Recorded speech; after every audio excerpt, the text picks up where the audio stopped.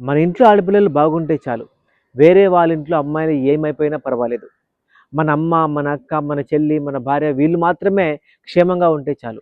వేరే వాళ్ళు ఏమైపోయినా పర్వాలేదు అన్నటువంటి ధోరణికి భారతదేశంలోని సగటు మనిషి వచ్చడం జరిగిందండి. అసలు ఎందుకు ఈ మాట చెప్తున్నానంటే, మన కళ్ళ ముందే ప్రతిరోజు ఎన్నో బాలికలపైన నేరాలు, అమ్మాయిలపైన రేపులు జరుగుతా ఉన్నాయి. అవి వింటూనే ఉన్నాం. కానీ చట్టాన్ని కాపాడాల్సినటువంటి ఒక రాజకీయ నాయకుని కుమారులే ఒక మైనర్ బాలికను బలవంతం చేస్తే ఏం చేయాలి? వాళ్ళు ఎక్కడికి పోయి చెప్పుకోవాలి? వాళ్ళు చెప్పుకోవాలని కేసులు పెట్టినా కూడా అలాంటి కేసులు నిలబడడం లేదు. వాళ్ళు దొరకడం లేదు. అసలు ఆ కేసు ఏంటి అని మనం ఒకసారి ఆలోచిస్తే ఆ కేసు పేరే పోక్సో యాక్ట్ అండి.